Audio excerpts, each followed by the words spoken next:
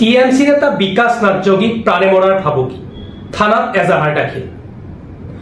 আগন্তুক বিধানসভা নিৰ্বাচনত পলাশবাৰী সমষ্টিৰ পৰা টিএমসি দলৰ টিকট প্ৰত্যাশী বিকাশ নাথযোগী প্ৰাণে মৰাৰ ভাবুকি প্ৰদান কৰাৰ খবৰ আমালৈ আহিছে। আজি কিছুদিন আগতে আমি আমাৰ পলাশবাৰী ৰাজচক্ৰৰ চক্ৰ বিষয়া অংকিতা শৰ্মা বাইদেউক আমি এটা অভিযোগ দিছিলোঁ যে আমাৰ মিৰ্জা নতুন বটিয়াপাৰা অঞ্চলত বিনয় কলিতা ডাঙৰীয়াৰ এটা ষ্ট'ন কাছাৰ আছে আৰু সেইটো লেফ্ট ছাইডে তেওঁলোকৰ এটা প্ৰকল্প আছিল যিটো হট মিক্স প্লাণ্ট এটা আছিল তেওঁলোকৰ, য'ত মানে বিটুমিন আৰু আলকাটাৰ তেওঁলোকে মিক্স কৰি তেওঁলোকে কাম কৰে। সেইটো বস্তুটোৰ পৰা মানে এনেকুৱা ক'লা ধোঁৱা এটা নিৰ্গত হৈ থাকে আৰু সেই ক'লা ধোঁৱাবোৰতে সমগ্ৰ তিনিআলিৰ পৰা আৰম্ভ কৰি আমাৰ যি নতুন বটিয়াপাৰা অঞ্চল আছে সেই গোটেই অঞ্চলটোত তেওঁলোকে মানে পৰিৱেশটো মানে একদম বিনষ্ট কৰিছে মানে প্ৰদূষণেৰে।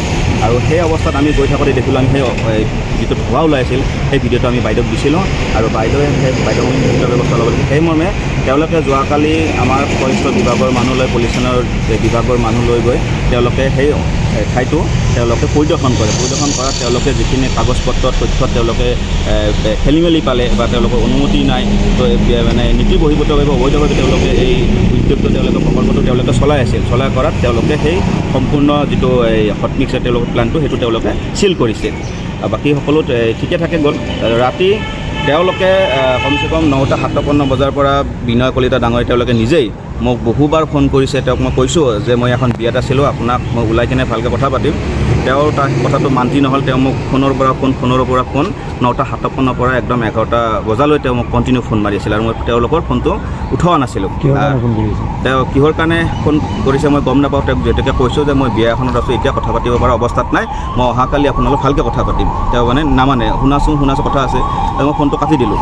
তো তাৰ পাছত আৰু এটা অচিনাকি নাম্বাৰেৰে ফোন আহিছে, সেইটোও মই ৰিচিভ নকৰিলোঁ। তাৰ পাছত এটা মোৰ তাত ছেভ থকা নাম্বাৰ, তেওঁ মোৰ চিনাকিও হয়, তেওঁক আমি এনেই বগা বুলি মাতোঁ, কিন্তু তাৰ আচল নাম হীৰকজ্যোতি ডেকা, তাৰ নাম্বাৰৰ পৰা ফোন আহিল। আৰু তেওঁ সেই বিনয় কলিতা কাছাৰটো ষ্টাফ হয়, তাত তেওঁ কৰ্মৰত হয়। আৰু তেওঁ কিয় ফোন কৰি তেওঁৰ পৰা জানিব বিচাৰে, মই ফোনটো তেওঁ ৰিচিভ কৰিলোঁ। ৰিচিভ কৰাত মই তেওঁলোক কথা পাতোঁতে তেওঁলোক একেবাৰে মদ্যপান কৰি আছে। তেওঁৰ লগত আৰু এগৰাকী সতীৰ্থ আছে। তেওঁৰ যিহেতুকে মই বাৰ বাৰ তেওঁৰ নামটো সুধিছোঁ, তেওঁ নামটো নক'লে। আৰু তেওঁলোক দুয়োগৰাকী ব্যক্তিয়ে মোক মানে ভাবুকি দি তেওঁলোকে একদম উগ্ৰমূৰ্তি হয়, মই ক'ত আছোঁ তেওঁলোকে মোক জানিব বিচাৰিছিলে। তাৰপাছত মই তেওঁলোকক কথাটো মানে ক'লোঁ যে মই বিয়া এখনত আছোঁ আৰু মই কি আছে কওঁ। তেওঁলোকে কৈছে যে মোক লগ ধৰিব বিচাৰে। মই ক'লোঁ যে তেওঁলোকে কিয় লগ ধৰিব বিচাৰা, মই এতিয়া বিয়াত আছোঁ, মই তোমালোকক কালি লগ কৰিম। মই তেওঁলোকক কৈছোঁ যে অহাকালি লগ কৰিম। তেওঁলোকে সুধিছোঁ যে কেইটা বজাত লগ কৰিম, মই কৈছোঁ 12টা বজাৰ ভিতৰত লগ কৰিম। প্ৰথম অৱস্থাত তেনেকৈ ফোনটো কাট খালে। দ্বিতীয়বাৰ আকৌ সেইটো নাম্বাৰৰ পৰা হীৰকজ্যোতি ডেকাৰ নাম্বাৰৰ পৰা আৰু ফোন আহিছে। আহি তেওঁ ফোনটো কৈছে, বিকাশ দা আপুনি অসমততো বাহিৰত নাই, এতেই আছে, আপোনাক লগ কৰিম, আজিয়ে লগ কৰিম, আপুনি কওক। মই কৈছোঁ তহঁতে কিয় কথাবিলাক বুজা নাই। মই একদম ভালকৈ কৈছোঁ, আপোনালোকে ভইচ ৰেকৰ্ডিংটো শুনিলে গম পাব, আপোনালোকক পঠাইছোঁ যিহেতুকে।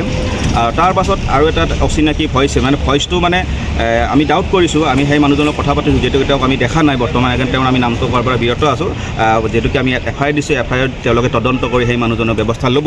সেই ব্যক্তিগৰাকীয়েও তেওঁ মাক ধৰি মোক ভনীক ধৰি একদম অশালীন মন্তব্যৰে তেওঁ গালি পাৰিছে। ক'ত আছা বোলে, আজিও ক'ত, মানে এনেকুৱা হ'ল হয় নেকি, যদি মই তেওঁলোকক কালি ৰাতি 12টা বজাৰ ভিতৰত যদি লগ দিলোঁ হয়তো তেওঁলোকে মোক প্ৰাণে মাৰিলে হয়।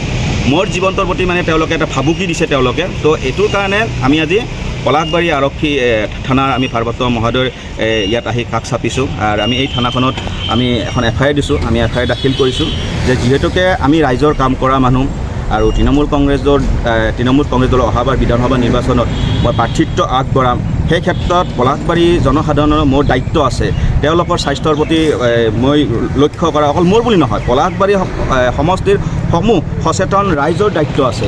তো সেই ক্ষেত্ৰত আজি মই ব্যৱস্থা লোৱাৰ কাৰণে তেওঁলোকে যে মোক যদি প্ৰাণে মৰা ভাবুকি দিয়ে বা মোক লগ কৰিব যে ধমকি দিছে, তো এনেকৈ হ'লে আমি সমাজৰ হৈ কেনেকৈ মাত মাতিম। তো সেয়েহে আপোনালোকৰ সংবাদ মাধ্যমৰ জৰিয়তে যদিও মই আমাৰ পলাশবাৰী আৰক্ষী থানাত FIR দিছোঁ, মই আপোনালোকৰ জৰিয়তে আমাৰ পলাশবাৰী সমজিলা আৰক্ষী অধীক্ষক দেজী গগৈ বাইদেউক অনুৰোধ কৰিছোঁ, আমাৰ কামৰূপৰ SSP ডাঙৰীয়াক আমি অনুগ্ৰহ কৰিছোঁ, তেওঁলোকে মোৰ যিখন FIR ইয়াত দিছে, FIRখন তেওঁলোকে ৰেজিষ্টাৰ কৰি তেওঁলোকে সেই ব্যক্তিগৰাকীক যেন আইনগতভাৱে ব্যৱস্থা লয়। আৰু লগতে আমি এইটো কথাও উল্লেখ কৰিছোঁ যে যিহেতুকে আমি ৰাজনৈতিকভাৱে ঘূৰি থাকোঁ, আমি সভা মিটিঙে গৈ থাকোঁ, আজি তেওঁলোকে যদি মোক ফোনযোগে ধমকি দিব পাৰে, কালি হয়তো তেওঁলোকে মোক ক'ৰবাত দেখিলে হয়তো মাৰোঁতে আটক নাই। সেইকাৰণে আমি উল্লেখ কৰিছোঁ যে অনাগত সময়ত মোৰ লগতে মোৰ যদি সতীৰ্থৰ প্ৰাণঘাতী কিবা আক্ৰমণ হয় বা ৰহস্যময় দুৰ্ঘটনা হয় বা যদি আমাক অপহৰণ কৰে বা আমাৰ ৰহস্যময় যদি মৃত্যু হয়, তেতিয়াহ'লে ইয়াৰে সম্পূৰ্ণ দায়িত্ব বিনয় ষ্ট'ন ক্ৰাছাৰৰ স্বত্বাধিকাৰী বিনয় কলিতা হ'ব আৰু লগতে তাৰ যিমানখিনি ষ্টাফ আছে গোটেইখিনি ইয়াতে সম্পূৰ্ণভাৱে দায়ী হ'ব। এইখিনিয়ে আপোনালোকক মই শদিয়াৰ পৰা ধুবুৰীলৈ, বৰাকৰ পৰা ব্ৰহ্মপুত্ৰলৈ সকলোৰে মাজত চিনাকি এটা নাম প্ৰাতঃ টাইম। থলুৱা ভাষা, কৃষ্টি আৰু সত্য বাতৰিৰ আধাৰত প্ৰতিষ্ঠিত খবৰ প্ৰাতঃ টাইমৰ প্ৰতিটো বা বাতৰি পুংখানুপুংখভাৱে চাবলৈ Facebook, YouTube, website, Twitter, Instagram আৰু ব্লগাৰ পেজত লাইক আৰু ফ'ল' কৰক।